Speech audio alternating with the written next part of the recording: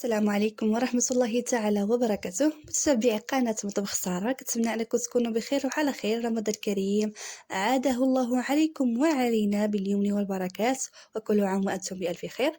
اليوم وجد معكم السيجار ديال الخضرة والكفتة ولي شامبينيون. خليكم مع الفيديو.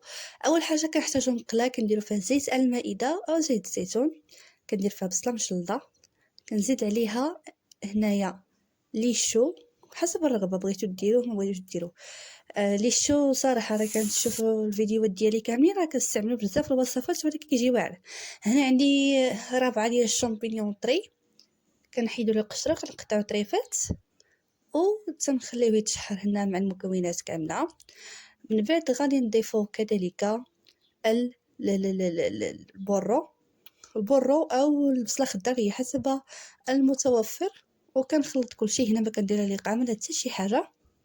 هنا كنضيف جزر مبشور، خيزو مبشور، والقرعه حتى هي خضره مبشوره، وكنخلط كلشي المكونات ديالي وكنضيف عليهم الكفته.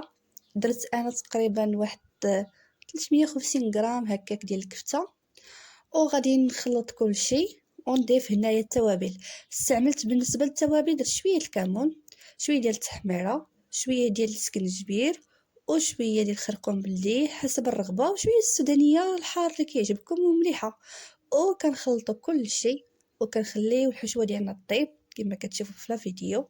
حاولت انني الفيديو نديرو سريع باش ما يكونش عليكم فيديو طويل وتحسوا بالملل.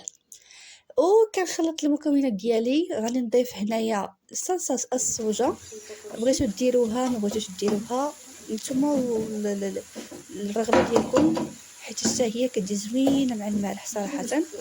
وفي الاخر كنديروا شويه ديال الجبن حتى كتنشف لينا الحشوه ديالنا وما كيبقاش فيها الماء نهائيا. هنا استعملت صلصه الصوجه الثقيله، كتجي بنينه وكتعطينا ديك التعليكه يا سلام. انا تقريبا المكونات الكاملين الحشوات كاملين كدير فيهم صلصه الصوجه. درت القزبر ومعدنوس وشويه ديال زيت الزيتون. الفيرميسيل ديالي من بعد كنكبينا عليه الماء طايب وقطعناها بالمقص، وكنخلطوا الحشوه ديالنا. كنضيفوا شويه ديال الجبن او الكاين ما كاينش ماشي مشكل، لان هذه الوصفه هذه سوا درتيها بالجبن سوا ما درتيهاش. هنا راه خلطت الوصفه ديالي كامله.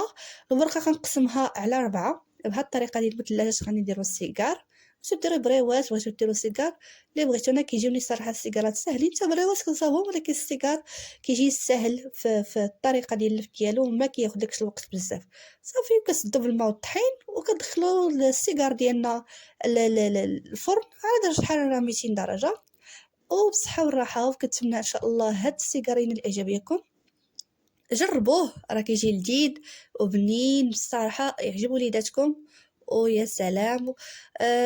خليكم ان شاء الله حتى الفيديو قادم ان شاء الله. دوتو في رعايه الله وحفظه، وما تنساوناش من التعاليق ديالكم الزوينه، من التحفيزات ديالكم. بارطاجيو هذا الفيديو مع احبابكم وصحابكم. الى فيديو